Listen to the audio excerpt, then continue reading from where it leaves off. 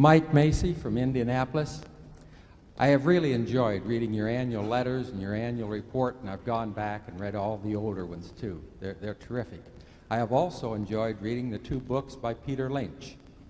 And I see a lot of commonalities between the two of you, the way you think and your philosophy, etc.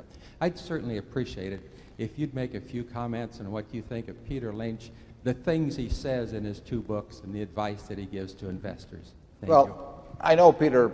I don't know him well, but we played bridge together in Omaha, as a matter of fact. And I like him personally, and obviously he has an outstanding record, and he has written those 2 books which have been bestsellers about his investment philosophy. I don't really have anything. I'm not going to embroider on his. There's certainly a fair amount of overlap. There's some difference. Peter obviously likes to diversify a lot more than I do. I mean, he owns more stocks than the names of companies I can remember. I mean, but that's Peter.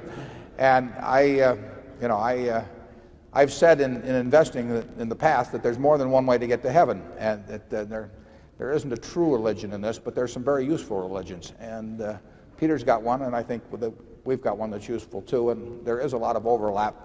But I would not do as well if I tried to do it the way Peter does it, and he probably wouldn't do as well if he tried to do it exactly the way I do it. I like him personally very much. He's a high-grade guy.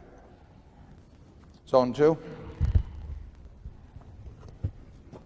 1989, I'm at home, and the phone rings, and I thought it was one of my friends, but one of my daughters, I think it was 6-year-old Annie, picked up and said, "Gee, guess there's a Mr. Buffett on the line?" I said, "This got to be a joke." So I pick it up, and this Warren Buffett, I'm from Omaha, Nebraska. I read your book. My annual report's due in 2 weeks. Can I use the line? He said it all in about 7 seconds.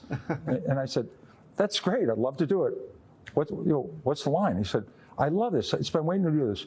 When you sell your great companies and add to the losers, it's like watering the weeds and cutting the flowers." He said, "I want to put it in." He said, "If you ever come to Nebraska, you don't call me, your name will be mud all over Nebraska." So did he call him? Oh, yeah.